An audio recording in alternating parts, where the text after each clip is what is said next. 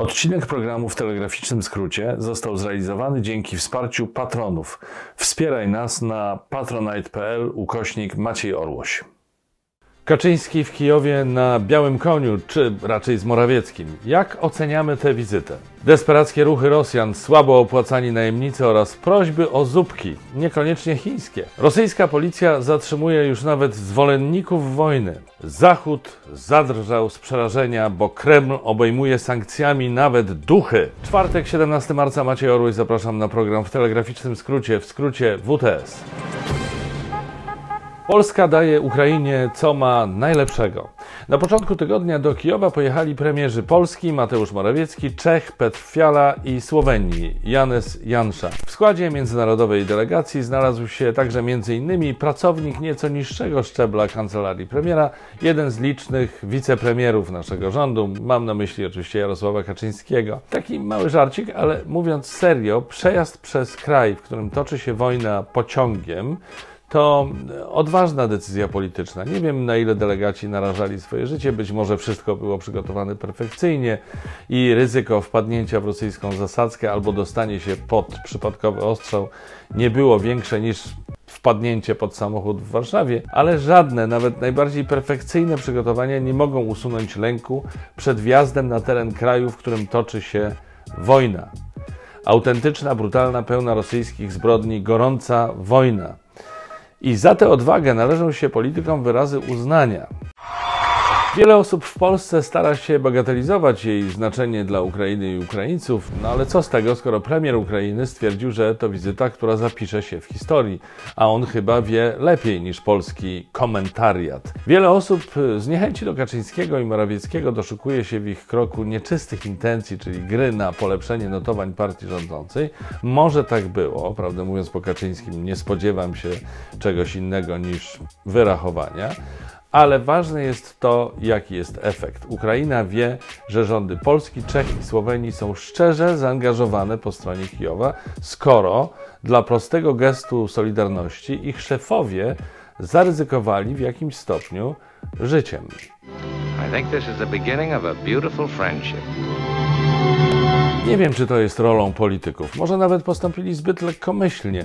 Pytany przez portal O2.pl były oficer Biura Ochrony Rządu stwierdził, że dowódca rządowej ochrony nie powinien był się zgodzić na organizację tego przedsięwzięcia, bo nie był w stanie zapewnić VIP-om całkowitego bezpieczeństwa. Może miał rację. Wydaje mi się też, że mimo wszystko ciągle jeszcze od rządu więcej dla Ukraińców robią tysiące Polaków zaangażowanych w bezpośrednią pomoc już prawie 2 milionom osób, które w naszym kraju znalazły schronienie przed wojną. Ale bez względu na to, podkreślam jeszcze raz, owoce tej podróży są takie, że Ukraińcom dodano otuchy, a to jest bardzo wiele. Oczywiście jest im potrzeba czegoś więcej, samolotów, broni przeciwlotniczej itd., itd. Otuchą wojny nie wygrają, to jest pewne, ale pewne jest też, że ich niesamowita zawziętość jest jednym ze źródeł zaskakującej porażki początkowej ofensywy Rosjan. Więc może i ta otucha nie jest taka słaba. A wracając do początku, wspomniałem, że Polska daje Ukrainie, co ma najlepszego. Jeśli chodzi o Morawieckiego i Kaczyńskiego, to oczywiście mogło, a może i powinno zabrzmieć ironicznie, bo nie zapominamy przecież, że to panowie odpowiedzialni za staczanie się naszego kraju w odmęty autorytaryzmu. Ale nie ma ironii, jeśli chodzi o przekazaną Ukrainie broń z polskiej fabryki Mesko. Przenośne przeciwlotnicze zestawy rakietowe ze Skarżyska Kamiennej stały się podobno przyczynkiem do sporych sukcesów w walce Ukraińców z wrogimi śmigłowcami i samolotami bojowymi. Nasze władze powinny się więc cieszyć, że oto polska myśl techniczna pozwala dać łupnia ruskim. Jest tylko jedno ale. Zestawy rakietowe noszą nazwę Piorun, a wszyscy pamiętamy, jaką alergię PiS ma na błyskawice. Wait a minute! Ale zostawmy to teraz. Z ciekawostek militarno-technologicznych. Na ukraińskich ulicach pojawiło się BMW serii 6 dostosowane do warunków wojennych ze stanowiskiem dla operatora ciężkiego karabinu maszynowego. No i to się nazywa słowiański tuning. Ponieważ niemiecka marka nie będzie przez jakiś czas sprzedawała aut do Rosji w związku z sankcjami, to niech se ruscy gieroje swoje połamane karabiny montują na rdzewiających ładach i jakichś tam wołgach. Nie dla psa kiełbasa. Idi na Ta przeróbka to jest chyba inwencja lokalna, ale wsparcie znanych marek dla Ukraińców widać też na zachodzie, na przykład w postaci zestawów klocków Lego z figurkami prezydenta Zełenskiego i koktajlami Mołotowa. Nie jest to co prawda zestaw oficjalny, wypuszczony przez Duńczyków, tylko przez jeden z amerykańskich sklepów, który tworzy zestawy nieoficjalne, ale gest miły, zwłaszcza że zyski ze sprzedaży są przeznaczane na wyposażenie medyczne dla Ukrainy. Co do prezydenta Zełenskiego, to wprawdzie nie widziałem, żeby sam rzucał mołotowami albo, jak się teraz czasem mówi, koktajlami Ławrowa, ale wiem, że prezydent Ukrainy swoimi przemówieniami potrafi wzniecać ogień. W wystąpieniach coraz częściej zwraca się do rosyjskich żołnierzy. Mam nadzieję, że go usłyszą, bo mówi mądrze. W jednym z ostatnich orędzi zapewniał ich, że chce im dać szansę. Jeśli się poddadzą, to Ukraina da im to, czego nigdy nie doświadczyli u siebie, zwłaszcza w swoim wojsku. Że będą traktowani tak, jak powinno się traktować ludzi. Mówił to, podkreślając, że ukraińskie służby słuchają prywatnych rozmów rosyjskich żołnierzy i wiedzą, co ci czują. A czują, że dowódcy i politycy traktują ich jak mięso armatnie. Ostrzegał ich, że dalsze prowadzenie wojny uczyni z ich kraju drugą Koreę Północną. Osobiście myślę, że nawet Rosjanie, zmanipulowani przez propagandę, wiedzą, że w Korei Północnej ludzie umierają z głodu albo gniją w obozach pracy przymusowej. No więc to wszystko musi robić wrażenie. Według ukraińskiej armii Rosjanom brakuje rezerw, a straty mogą sięgać 40% początkowych sił. Nawet jeśli są to dane zbyt optymistyczne, to wyczerpujące się rezerwy dostrzegają także zachodnie środki analityczne. Wiele wskazuje na to, że Rosjanie ściągają odwody np. z Dalekiego Wschodu, a także najemników z Bliskiego Wschodu.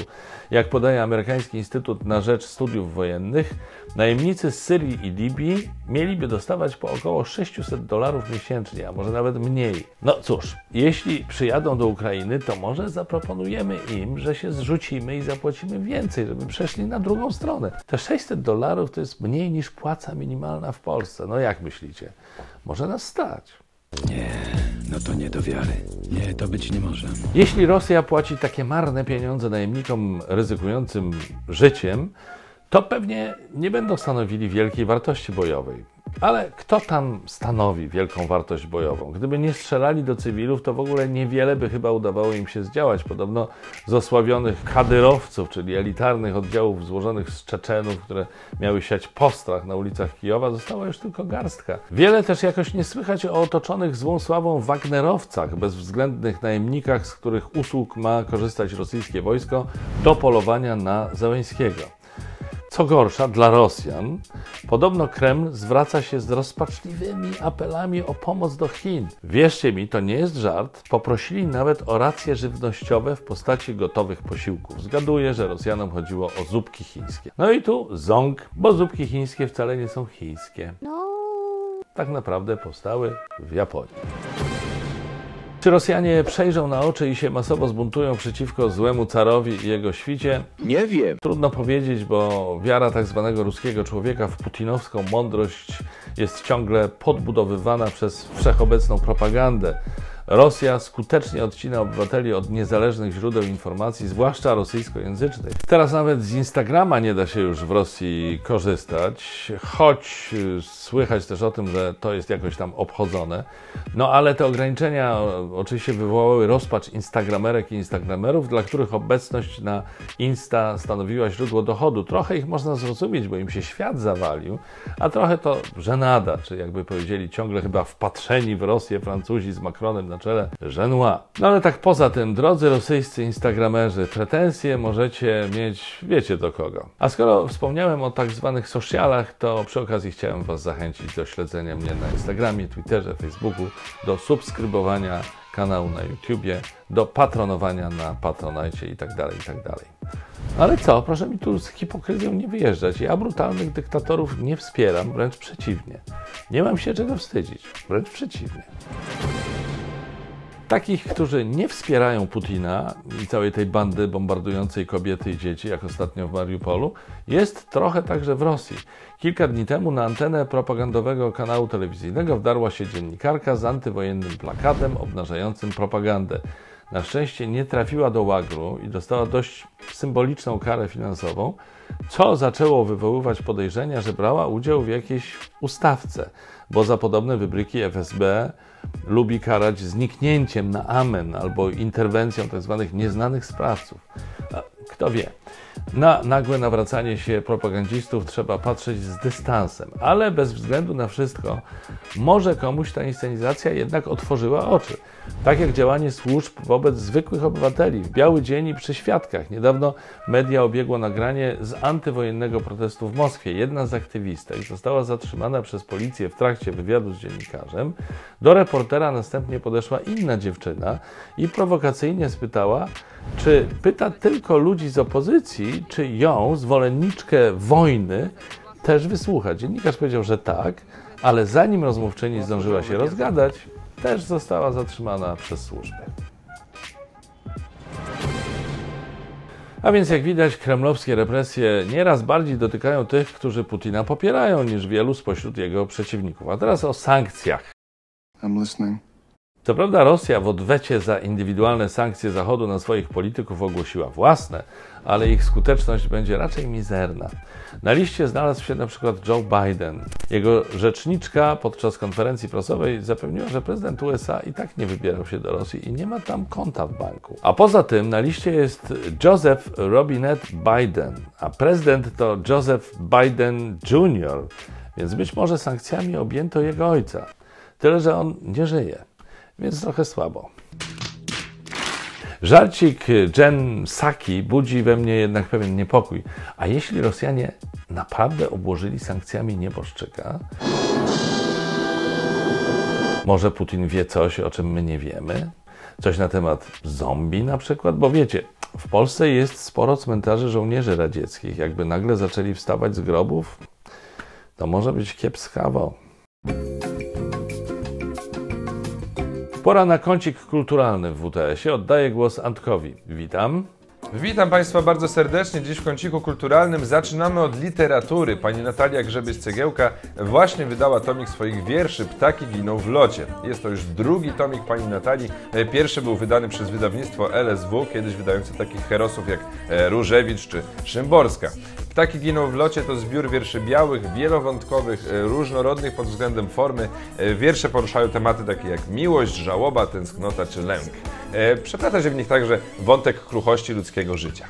Tomik można nabyć na stronie readero.eu. Polecam w każdym razie, polecam też czytać, a już szczególnie polecony. A w muzyce dziś, szanowni Państwo, również premiera, również wyjątkowa. Pierwszy singiel promujący drugą już płytę dwóch artystek, jednej cudownej pary grającej w jednym zespole, ale w duecie. Taka lekka matematyka, szanowni Państwo, ale jednak nie, to nie matematyka, to muzyka, szanowni Państwo, bo przed Państwem cudowne lata w utworze Dinozaury i Kosmici. U góry, razem zmieszczą się nawet do dziury. Chcecie słyszeć o wojnie przeciwko kosmitom? Ile jeszcze tych wojen ma być? Ja się pytam. Dajcie nam żyć inaczej, to było zupełnie. Dinozaury napisały maila w pełnie. Poprosiły kosmitów o trochę dynamitu. Dinozaury i kosmici.